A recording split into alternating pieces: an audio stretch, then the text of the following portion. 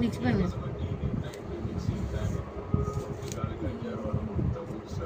மிக்சிங்னா இப்படி இப்படி இப்படியா? மிக்ஸ் பண்ணாச்சு. நல்லா பண்ணுங்க.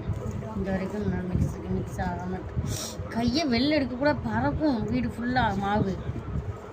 இரு வார உனக்கு கோபத்துக்கு அப்புறம் நீ பண்ணிட்டு பையனை கோவம் வருது. சரி ஓகே இதில் கொண்டு போங்க இன்னும் கிடைக்காது. என்ன செய்யணும்? அப்படியே தண்ணி கொதிக்க வச்சு உள்ளே ஊற்றிடும். நான் உள்ளே போட்டுருவேன். அது அப்படியே பேஸ்ட்டு மாதிரி ஆகி என்ன வந்துடுமா போஸ்ட் விட்றேன். இந்த இது களி மாதிரி இருக்கும்.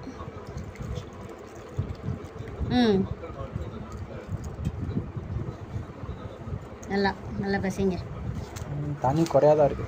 பிசைங்க சொல்கிறேன். தண்ணி அதிகமாகிடுச்சுன்னா மாவு போட்டுக்கிட்டே இருக்க வேண்டியிருக்கும். நல்லா பிசைங்க. ஃபுல்லாக மாவை சேர்த்து பிசையணும்.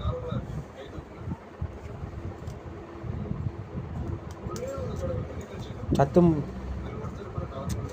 அப்படி பிசையக்கூடாது. இங்கே பாருங்கள். இப்படி எடுத்துட்டு இப்படி இப்படி இப்படி பண்ணுங்கள். எல்லா மாவையுமே இப்படி பண்ணுங்கள். கட்டி இருக்காத அளவுக்கு இப்படி பண்ணுங்கள்.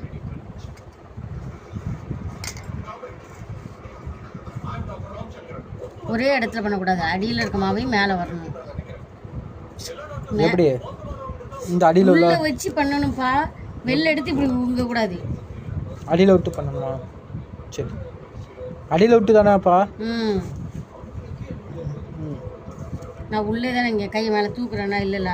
கையை உள்ளே வச்சு இங்கே பிறகு உள்ளே வச்சுக்கிட்டே இப்படின்னு அப்படி பண்ணால் தான் வெளில மாவு பறக்காது. இந்த மாதிரி பறந்து எப்படி கிடக்குன்னு. சரி ஓகே ஓகே ஓகே ஓகே.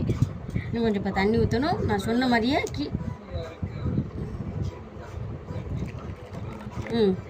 நான் சொன்ன மாதிரியே இப்போ பண்ணு.